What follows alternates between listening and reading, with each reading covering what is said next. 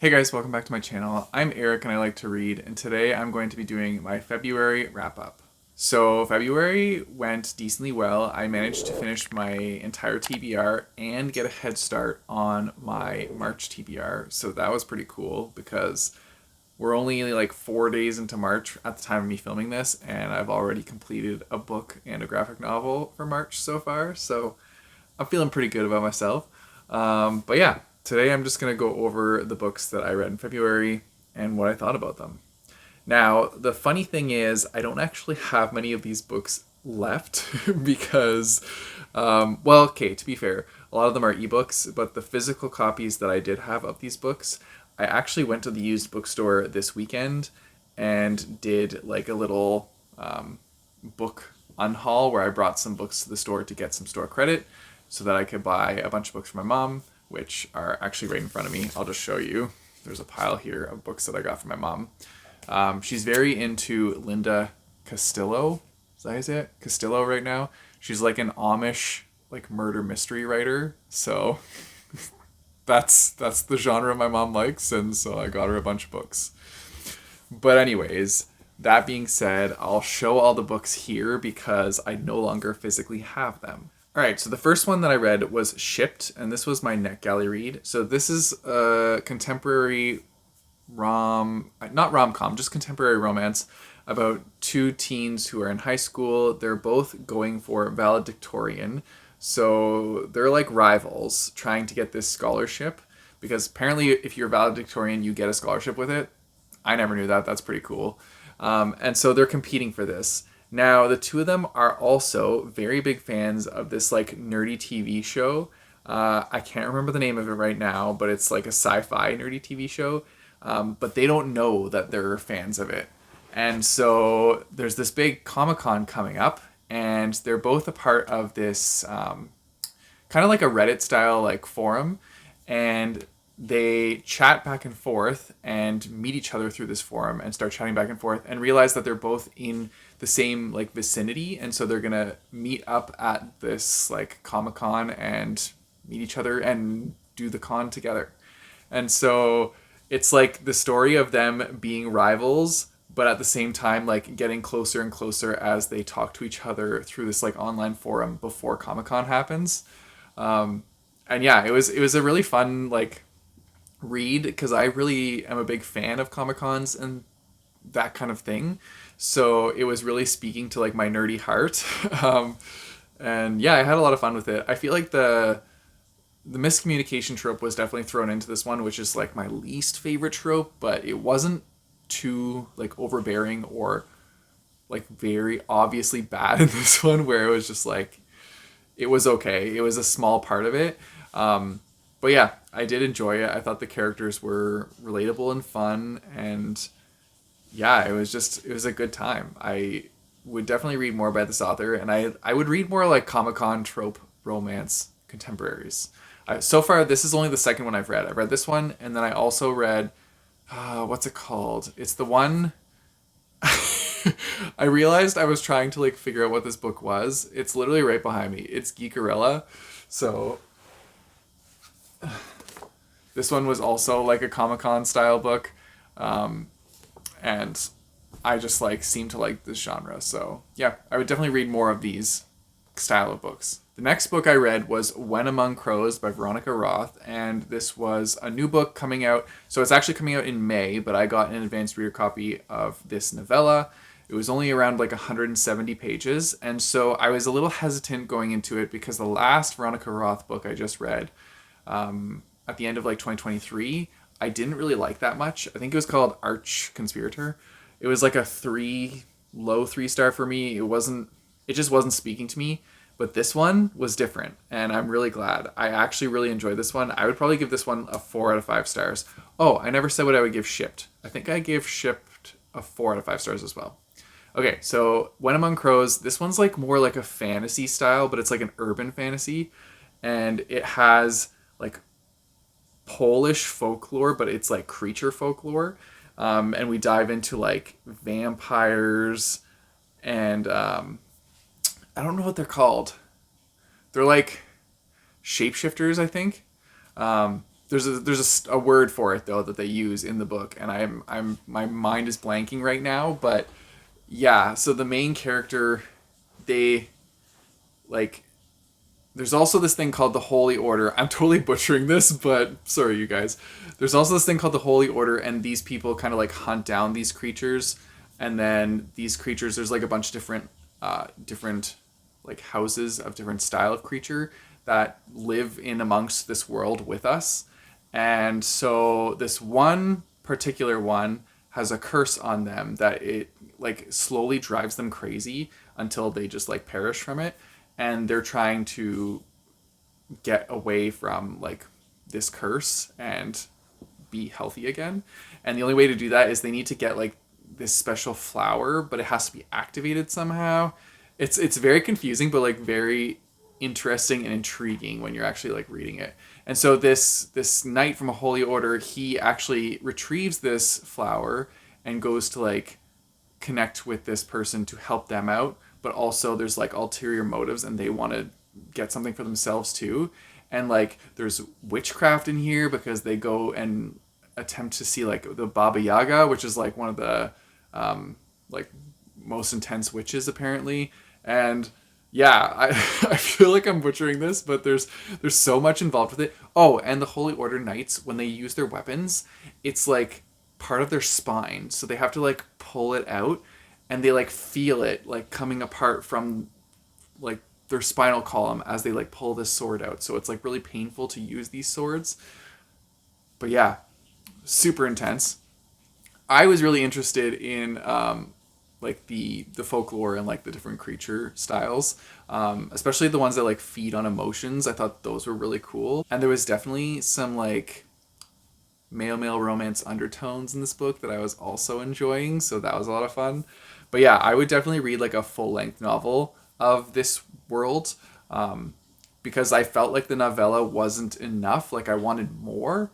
So I would definitely read like a novel if she wrote a novel in this world. But yeah, definitely like a 4 out of 5 stars. Also, thank you, Tor, for sending that along to me because I really enjoyed it. Then next up, I read a graphic novel called Witchland, and so this is about a family that moves to this small town because the one dad, it's a family of 2 dads, so that was really cool. I liked that part. But one of the dads gets a job at this like radiation plant there, and this small town is known for like its radiation and how it's affected people. So I don't know why they're like, oh yeah, let's go there. But they decide to go there and work at this plant and end up moving into a house that is across from this other creepy house that they find out is where like the supposed witch of this little village lives. And I said village, it's town. But anyways, so they're living across the street from her, and there's this like rumor, I don't know if it's a rumor or like a folk tale or whatever, but she has like a little pile of sticks sitting out in front of her house, and if you take a stick, then it's like you get cursed, or if you like knock the sticks down. And one of the dads doesn't believe it. They kind of just like say, whatever, I'm gonna go against what you're saying because like you guys are all being stupid, and goes and knocks over the sticks, and then things start happening to this guy. So that was interesting. It was, I would say, moderately creepy, but not like, it didn't get as dark as I was hoping it would get. So yeah, it was all right. I felt like the art style was okay, which was cool too. It wasn't my favorite, but it wasn't also like the worst art style I've seen either. It definitely left it open to have more issues following this one, so that is pretty cool. Like I would be interested in seeing where it goes from here. But yeah, it was interesting. I really liked mostly the family dynamic of like the 2 dads and their adopted black daughter. It was just very interesting to see them like integrate into this small community, because this small community is like very not diverse. So this was like a whole new avenue for the whole community to experience this family coming into it. And it was cool just to see like how some of the characters from this place connected with them and where they went with that storyline. So yeah, I thought that was cool. But yeah, overall, just like a 3 stars. It was an average graphic novel. Then the next book I read was A Man Too Old for a Place Too Far. And this was one of the books that I had in my TBR jar that I drew out a while back, and so this one was weird. I really like detested the main character. I think you're supposed to hate the main character, but like I really didn't like them. So that kind of put a damper on it because it's like I want to read about a character that I'm enjoying. But yeah, it seemed more like a Scrooge style book where it's like taking a lot from A Christmas Carol. So this main character is like an old man who is very rich, and he has this company, and his daughter, you can really tell his daughter's trying to be like close to him. She's trying to have like some sort of relationship with her father, but her father's just like not having it. And it details like him experiencing this like fairy-like creature in his dreams that loves pomegranates, and they're like obsessed with pomegranates. They're always eating pomegranates. They like leave pomegranates in his room, and he's like, where the hell did these come from? And so he's dreaming about this character, but then realizes that it might not be a dream completely, and then gets transported to like other places. So at one point he's on a desert island by himself. At another point he gets brought back into like war times in like Cambodia. And so like he like jumps around from place to place, but then comes back to the like real world where he is in his time. And the other characters are like noticing that he's gone. So like it's actually happening to him. He's actually disappearing and then coming back and experiencing these things for real. And so it's him taking these chance encounters where he like goes to these different places and then bringing knowledge and things back to his actual like day-to-day life, and going from there and trying to change things. And that sounds like a cool premise, but like the character was just so unlikable that it was really hard to like care about any of these things that he was doing. This is the first book in a trilogy. I don't think I'm gonna personally continue this trilogy just because I really didn't like this character. There were some parts that were fun about the book, but overall I don't know. I couldn't connect with them, and it was really hard. Like I was interested in things that were happening around them, but like I just didn't care for what they were doing. So yeah, I don't know, just a 3 out of 5 stars for me. You also might hear the cats eating because their food just went off right now, so they're chowing down. Hopefully it's not too much of a distraction. Okay, the last book I read was The Valentines Doover, and I gave this one, I think I gave this one a 3 out of 5 stars as well. I really liked this one. I thought it was fun.